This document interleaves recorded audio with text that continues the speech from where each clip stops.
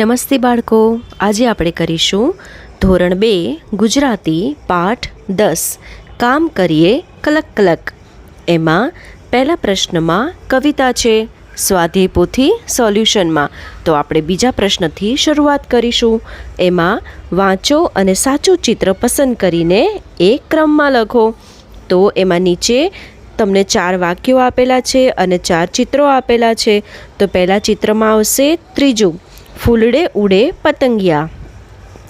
બીજા ચિત્રમાં આવશે ચોથું, હરિયાળા બાગમાં નાચે છે મોર. ત્રીજામાં બીજું, આંબાની ડાળે ટહુકે કોયલડી. અને ચોથા ચિત્રમાં પહેલું, નાના છોડવાને પાણી પાવ.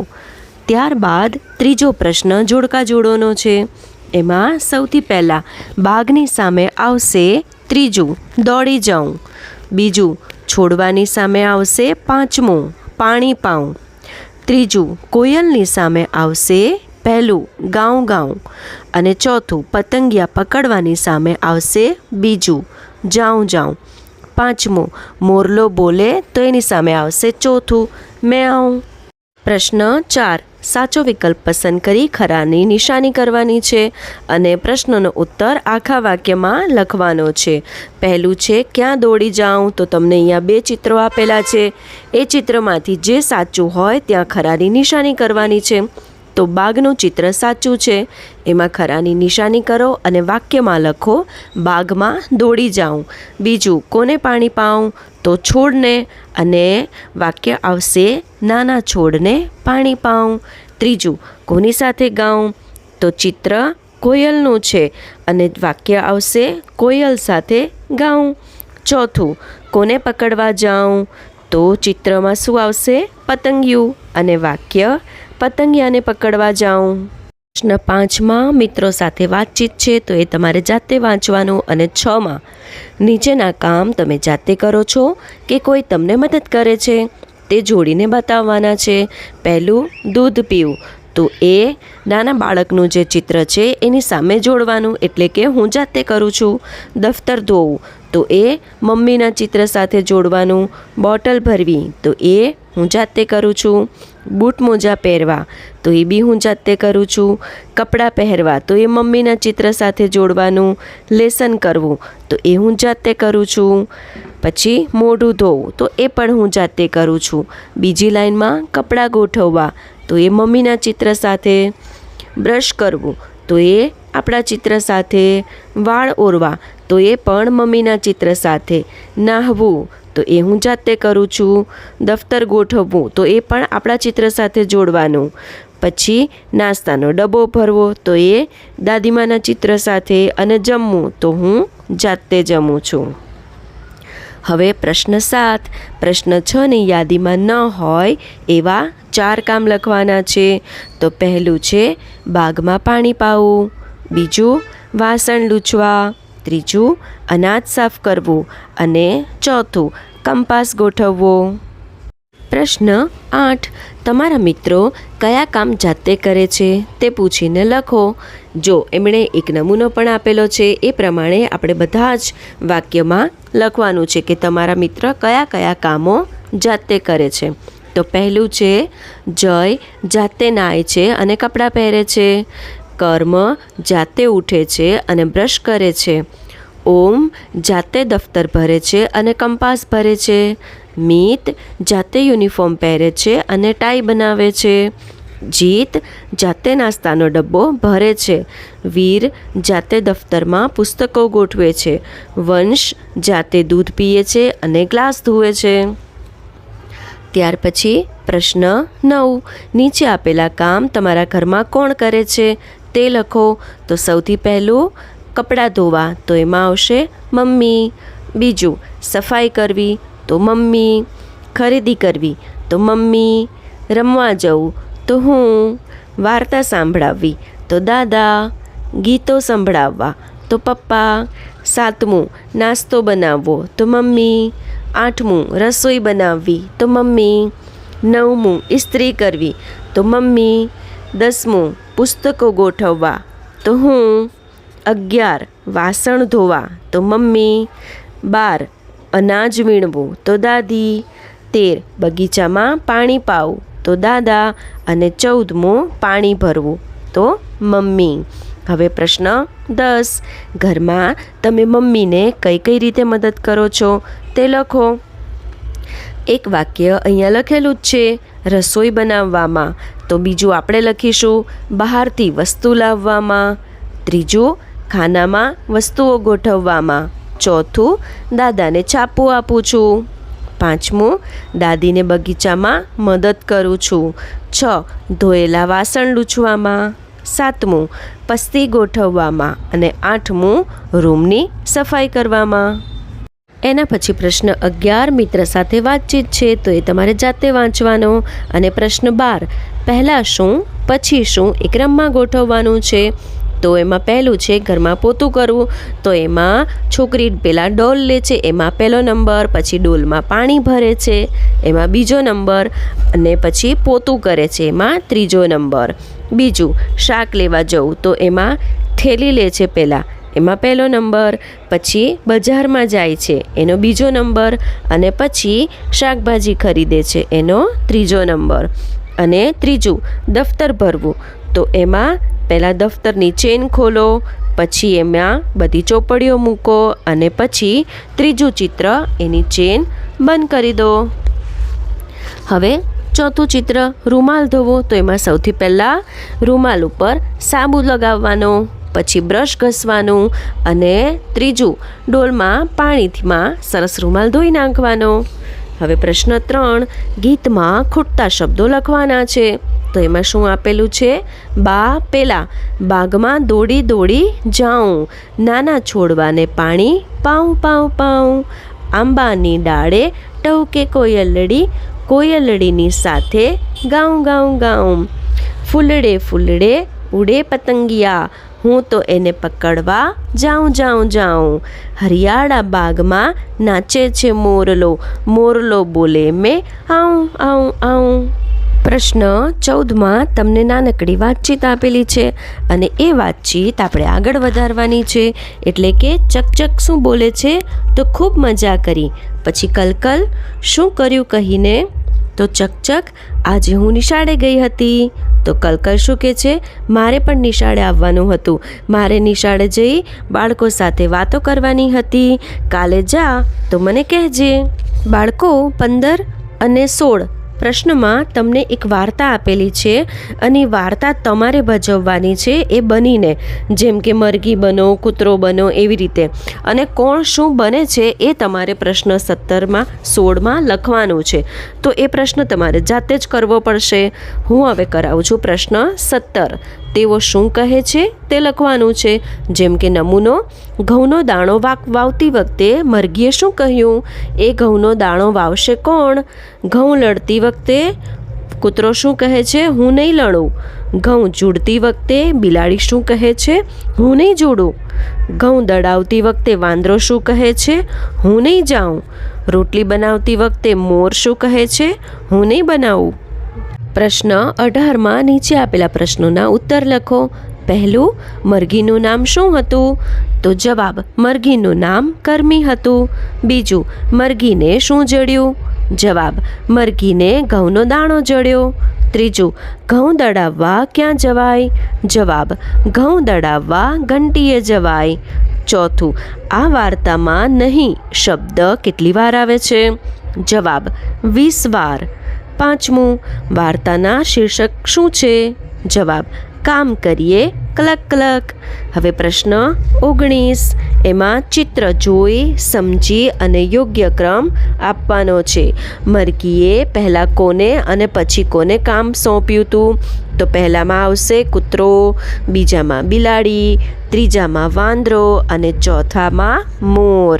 એવી રીતે બીજું મરઘીએ લોટ બાંધ્યો પછી શું શું કર્યું હતું, તો સૌથી પહેલાં આવશે લોટનો લુવો બનાવ્યો, બીજું એને રોટલી વણી, ત્રીજું એને શેકી, અને ચોથું એને થાળીમાં પીરસી.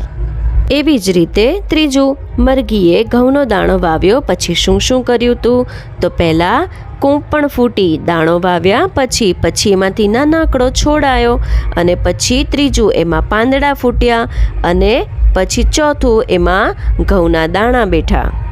પ્રશ્ન 20 તમારે જાતે કરવાનો છે. હવે આપણે કરીશું પ્રશ્ન 21.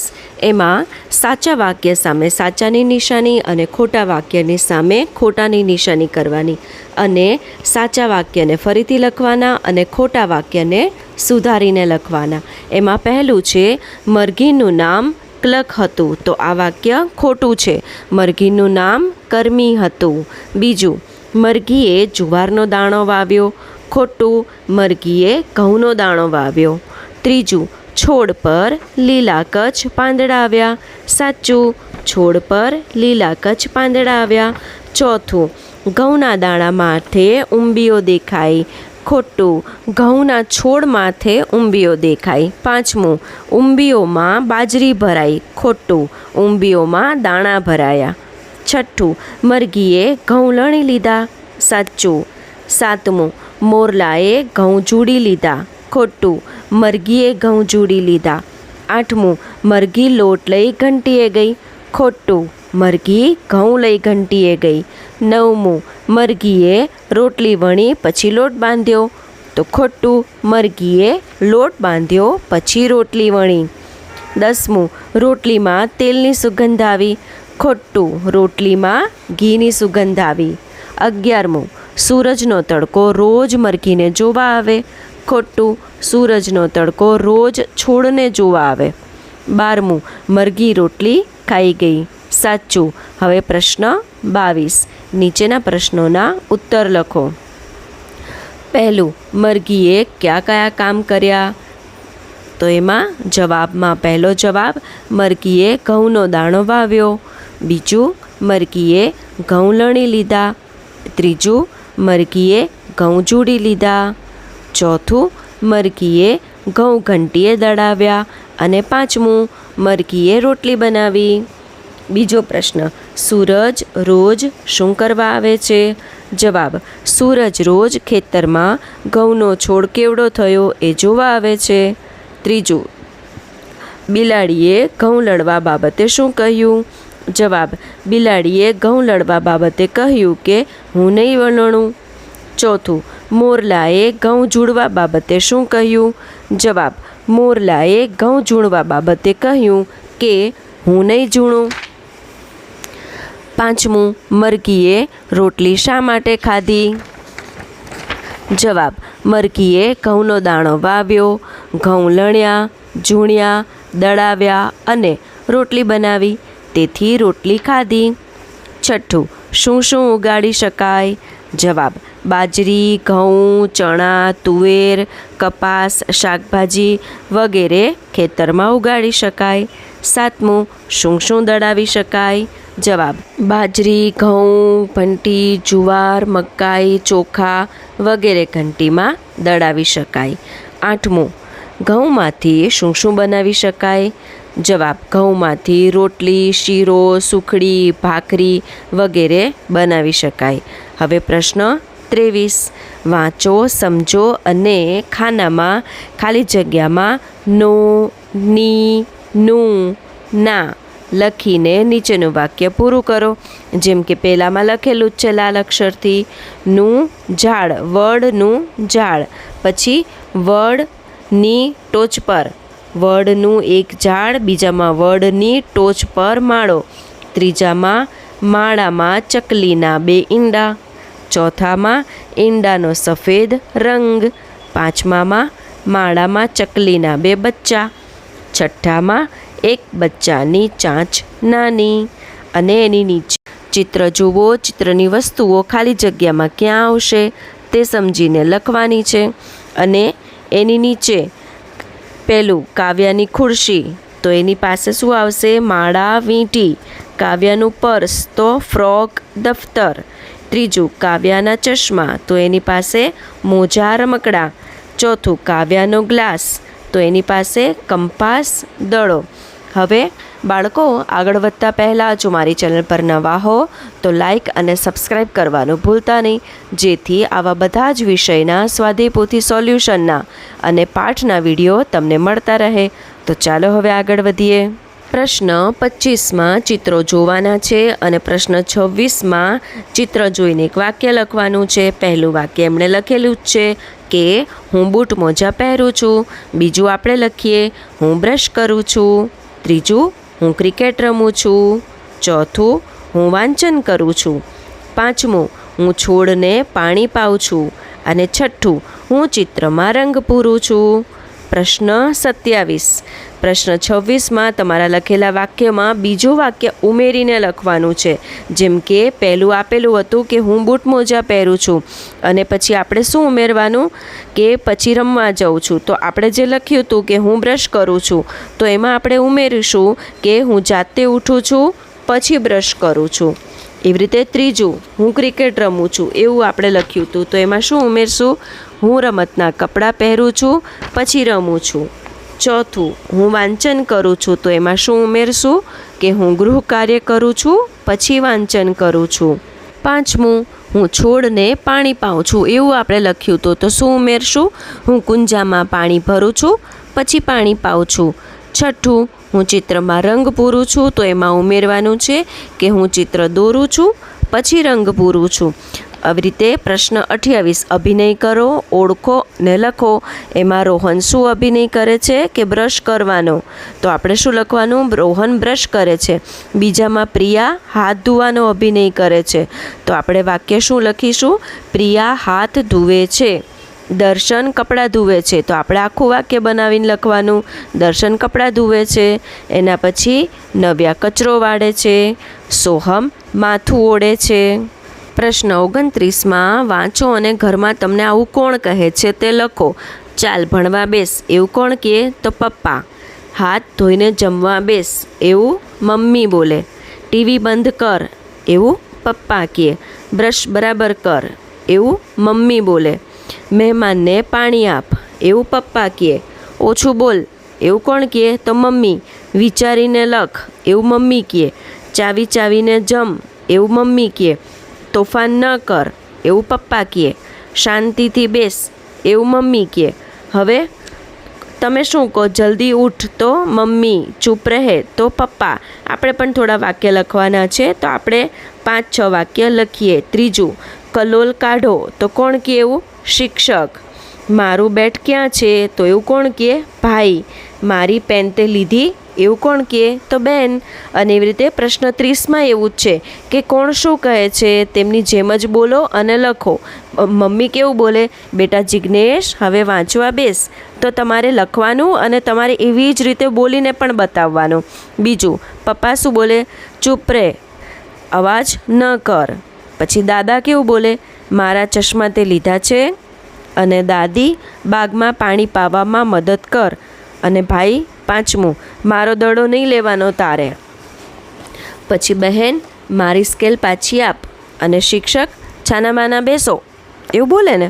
હવે પ્રશ્ન 31 એ તમારે ગીત ગાવાનું છે, તો તમારે જાતે કરવાનું. પ્રશ્ન 32 ગીતના આધારે યોગ્ય વિકલ્પ પસંદ કરીને એમાં ખરાની નિશાની કરવાની છે. છોટીને કેટલી ચોટી? તો 2, તો 2ની ઉપર નિશાની કરો. છોટી શું ખાય? તો જે ખાવાની વસ્તુ હોય એમાં નિશાની કરવાની. રોટલી. શું શીખાય નહીં? બાઇક ના શીખાય આપણે તો સાયકલ ચલાવાય, તો સાયકલ ઉપર ખરાની નિશાની. ચોથું છોટી ક્યાં પહોંચી? તો હોસ્પિટલ કે સ્કૂલે? તો હોસ્પિટલ. અને પાંચમું ડૉક્ટરે છોટીને શું ખાવાનું કહ્યું?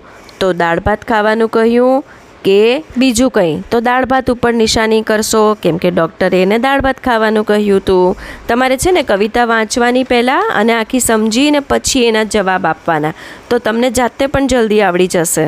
હવે આપણે આવ્યા પ્રશ્ન 33 ઉપર. એમાં વાતચીત છે, તો એ પણ તમારે જાતે કરવાની છે. પ્રશ્ન 34 નમૂના મુજબ લખો. શું રોજ ખવાય? તો રોટલી તો એમણે આપ્યું જ છે, તો બીજા બધા નામો આપણે લખવાના છે.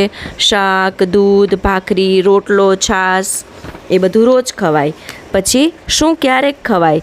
તો પૂરી એમણે લખેલી જ છે, બીજું આપણે લખીએ. પુડલા, થેપલા, કચોરી, મીઠાઈ, ભજીયા. બરાબર. ત્રીજું શું ક્યારેય ન ખવાય? તો એમણે શું લખેલું છે? સફરજનના બીજ. પછી આપણે બીજું બધું લખીએ. ચાલો. કેળાની છાલ, ચીકુના બીજ, લસણના ફોતરા, બટાટાની છાલ, સીતાફળની છાલ, આ બધું કદી ન ખવાય. પ્રશ્ન 35 તમને તમારા મમ્મી પપ્પા ક્યાં ક્યાં જવાની ના પાડે છે? તો લારીમાં પાણીપુરી ખાવા, રાત્રે મિત્રના ઘરે રહેવા, સાયકલ લઈને બાજુના ગામમાં જવા કે ચપ્પલ વિના બહાર બજારમાં જવા માટે ના પાડે છે. હવે પ્રશ્ન 36, ના અડીશ ના અડીશ, પહેલાં હાથ ધોઈ લે એવું તમને બધા ક્યારે કહે છે? જ્યારે હું હાથ ધોયા વિના ફ્રીજને અડું છું ત્યારે. આ વાક્ય તો તમને લખેલું જ આપેલું છે. બીજા બે આપણે લખીએ. જ્યારે હું હાથ ધોયા વિના જમવા બેસું ત્યારે. જ્યારે હું બહારથી રમીને આવ્યો હોઉં ત્યારે. હવે એના પછી પ્રશ્ન 27માં સંવાદ છે, તો એ તમારે આખો જાતે જ વાંચવાનો. ફક્ત હું નીચેનો જવાબ બોલું છું કે કોની વાત તમને ગમી, તો એમાં આવશે તરલા. બીજામાં પણ એવું જ છે, એની જવાબમાં તમને કોની વાત ગમી તો એમાં આવશે ડૉક્ટર. અને છેલ્લે પ્રવૃત્તિઓ, એમાં શિક્ષકે વર્ગખંડમાં નીચેના વાક્યો બતાવીને વિદ્યાર્થીઓના હા કે ના માં જવાબ લેવાના. જેમ કે પહેલું, પાણી ગાળીને પીવું જોઈએ તો હા. સાબુ ઘસીને નહાવું જોઈએ તો હા. દૂધ ઉકાળવાની જરૂર નથી તો ના. કેળું ધોવાની જરૂર નથી તો ના. નખ કાપવાની જરૂર નથી તો ના. ખજૂર ધોઈને ખાવી જોઈએ તો ના. હવે છેલ્લે, જો ખરાની હોય નિશાની તો 1 ગુણ અને ખોટાની નિશાની હોય તો 0 લખવાનું છે. એનો ફોટો બી મેં અહીંયા આપેલો જ છે, તમે એમાંથી જોઈને કરી શકો છો. તો આપણો આ પાઠ અહીં પૂરો થાય છે. ફરીથી જો મારી ચેનલ પર નવા હો તો લાઈક સબસ્ક્રાઈબ કરવાનું ભૂલતા નહીં, જેથી આપણે બીજા પાઠમાં ફરીથી મળીએ. આવજો.